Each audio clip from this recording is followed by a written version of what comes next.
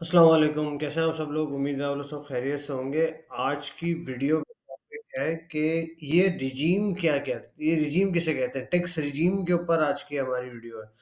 देखिए सबसे पहले तो ये अंडरस्टैंड करना ज़रूरी है कि आपके पास 5 सोर्स ऑफ इनकम है। 5 सोर्स ऑफ इनकम है, सैलरी है, आपके पास इनकम फॉर प्रॉपर्टी है, बिज़नेस है, कैपिटल गेन है और आपके पास ये आ जाता है other source of income. Other source of income का मतलब ये होता है जो इन 4 कैटेगरीज़ में नहीं है वो अदर सोर्स ऑफ इनकम में आएगा। सब फिर मैं एक बात बोलूँगा कि आपको सबकी चार्जेबिलिटी डिफाइन करना बहुत ज़रूरी है। आपको आइडेंटिफ़ाई करना बहुत ज़रूरी है कि कब टैक्स्ड होता है। अब हम बात करते हैं कि इन्हीं 5 सोर्स ऑफ इनकम में आपके पास टैक्स रिजीम डिफाइन होती है कि क्या वो हमारी अच्छा टैक्स रिजीम है कितनी? 3 किस्म की NTR, FTR, NTR normal tax regime, FTR final tax regime और एक है मिनिमम टैक्स रेजिम। अच्छा, अब ये टैक्स रेजिम है क्या? इनको बनाने का ऑब्जेक्टिव क्या है? देखिए, जैसे हमारे पास फाइनेंशियल रिपोर्टिंग में होता है ना कि भाई फाइनेंशियल रिपोर्टिंग बताता है कि भाई आईएएस 1 है, 2 है, 3 है, 4 है, जो भी है वो चलाता है। वो सब अकाउंट फाइनेंशियल रिपोर्टिंग है बट उसकी फाइनेंशियल ट्रीटमेंट क्या होगी उस ट्रांज़ैक्शन की। सिमिलरली अगर आप टैक्स रिजीम की अगर बात करते हैं तो टैक्स रिजीम से बताता है कि कोई भी इनकम अगर किसी भी इस टैक्स रिजीम में फॉल होती है तो उसकी टैक्स की ट्रीटमेंट क्या होगी, उसका उसके बारे में टैक्स का कानून कहते है क्या। तो सबसे पहले अगर आप फॉर एग्जांपल कमर्शियल इंपोर्टर है, अब कमर्शियल इंपोर्टर अगर आता है तो आपको 148 बताता है कि भाई ये मिनिमम टैक्स रेजिम है। हर जहां पे लिखा होगा मिनिमम टैक्स रेजिम वहां पे मिनिमम टैक्स रेजिम है, जहाँ एफटीआर जहाँ लिखा होता है फाइनल टैक्स रेजिम तो वो फाइनल टैक्स लिखा होता है, फाइनल टैक्स रिजीम में फॉल करता है। अगर कुछ कहीं भी कुछ नहीं लिखा हुआ होता तो या तो वो नॉर्मल टैक्स रिजीम होता है या एग्जाम्प्ट की इनकम में आएगा। ठीक है ना, यहाँ तक बात आ गई। अब हर सेक्शन इसके ऊपर बताता है। अब आपका सवाल ये होगा ये टैक्स रिजीम पता कैसे लगे? तो देखिए हर जगह पे सबसे इम्पोर्टेंटली अगर लोकल सप्लाईज लोकल बिजनेस के ऊपर बात करें तो अगर आप 153 सेक्शन देखेंगे ना जो विदहोल्डिंग ऑफ टैक्स का, आप बोलेंगे यार 153 का जो सेक्शन है वो तो सिर्फ टैक्स डिडक्शन एट सोर्स के ऊपर बात करता है लोकली। तो वो इसी बात पे आइडेंटिफाई करके बताता है। आप सबसेक्शन 3 उसका पढ़ेंगे तो वो ये चीज़ बताता है कि अगर गुड्स है, सर्विस है, कॉन्ट्रैक्ट है, इसके अलावा तो और कोई पेमेंट्स नहीं होती, तो उसके बारे में बताता है कि आप इसका टैक्स रिजीम है क्या। अब सब ये बात क्लियर हो गई कि टैक्स रिजीम होता क्या है। अब हमारे पास अब टैक्स की ट्रीटमेंट्स के ऊपर जैसे लास्ट फाइनेंस एक्ट 2024 में आया था कि भाई एक्सपोर्टर्स जो हैं वो मिनिमम टैक्स में आते हैं।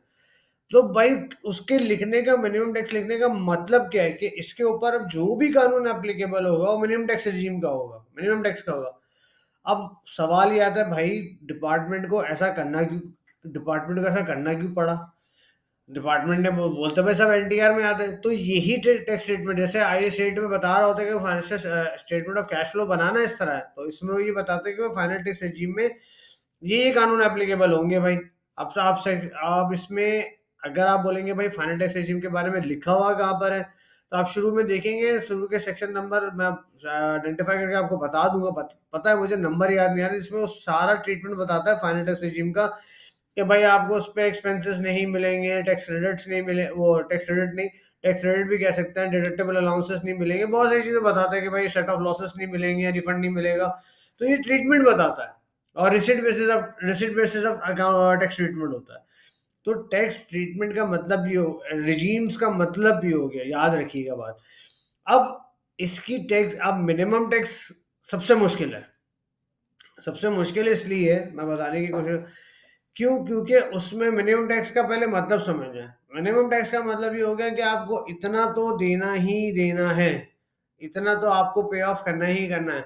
अब आप लोग 153 सेक्शन पढ़ेंगे इंशाल्लाह, मैं उसको और डिटेल में बताऊंगा कि 153 सेक्शन कहता है क्या है, कैसे आप मिनिमम टैक्स को आइडेंटिफाई करेंगे, कैसे आप एफटीआर को फाइनल टैक्स रेजिम को स्पेसिफाई करेंगे और कैसे आप एनटीआर को करेंगे। अगर कोई यहाँ नहीं आते इन दोनों में तो वो नॉर्मल टैक्स रेजिम में आता है। अब इसकी टैक्स ट्रीटमेंट कैसे होती है इंशाल्लाह मैं नेक्स्ट वीडियो में ज़रूर बताऊंगा आपको कि इसको आपको डिफाइन कैसे करना है।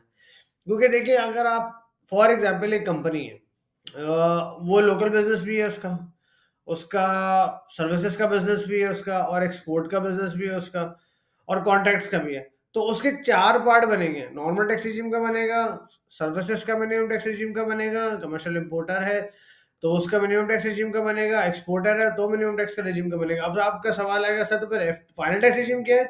तो फाइनल टैक्स रेजिम में अगर उस बंदे ने कहीं पे इन्वेस्टमेंट की है और वहां से उसको डिविडेंड आ रहा है, तो डिविडेंड जो है वो फाइनल टैक्स रेजिम में आ जाएगा। इसी तरह क्लास। अब दूसरा सवाल आपका ये, दूसरा सवाल ये आ सकता है कि सर ये तो मुझे बताएं कि इनकम टैक्स रिटर्न में तो 3 ही कॉलम होते हैं, टोटल, फाइनल टैक्स रेजिम और नॉर्मल टैक्स रेजिम। तो ये मिनिमम टैक्स रेजिम को कहाँ डालेंगे हम? तो मिनिमम टैक्स रेजिम को आप लोग नॉर्मल टैक्स रेजिम के ही बॉक्स में डालेंगे। क्यों? क्योंकि फाइनल टैक्स रेजिम में वो ये बोलता है कि भाई आपने रिसीट का जो परसेंटेज है, 1% है, कुछ भी है, वो आपने पे ऑफ कर दिया। डिविडेंड में 15% है, वो आपने पे ऑफ कर दिया, खत्म हो गई। अब उसके ऊपर कोई कहानी नहीं होगी, डिपार्टमेंट वाला कोई आपसे असेसमेंट नहीं करेगा, कोई ऑडिट नहीं होगा, कोई मॉनिटरिंग नहीं होगी इस चीज़ की। वो पूछना चाहे तो बहुत कुछ पूछ सकता है। अब फाइनल टैक्स रेजिम के लिए किताबें बंद है, इनकम टैक्स ऑर्डिनेंस बंद है, बट मिनिमम टैक्स रेजिम के लिए और नॉर्मल टैक्स रेजिम के लिए इनकम टैक्स ऑर्डिनेंस हमेशा से ओपन रहेगा। वो आपसे कोई भी असेसमेंट भी करेगा, वो हर चीज़ करने के लिए आप मतलब पावर्स रखता है उस चीज़ के ऊपर। तो ये तो हमने सिर्फ क्लासिफिकेशन पढ़ी मिनिमम टैक्स रेजिम। अब अगर इसकी कैलकुलेशन पूरी करनी है ना, तो मुझे थोड़ा सा टाइम दीजिएगा, मैं सारी चीज़ें इसके अलग अलग बना के आप लोगों को शो कराऊंगा, इनकम टैक्स रिटर्न में डाल के बताऊंगा कि आपको किस तरीके से टैक्स का रिटर्न, ये सारे रिजीम्स को क्लब करके इनकम टैक्स रिटर्न फाइल करना है।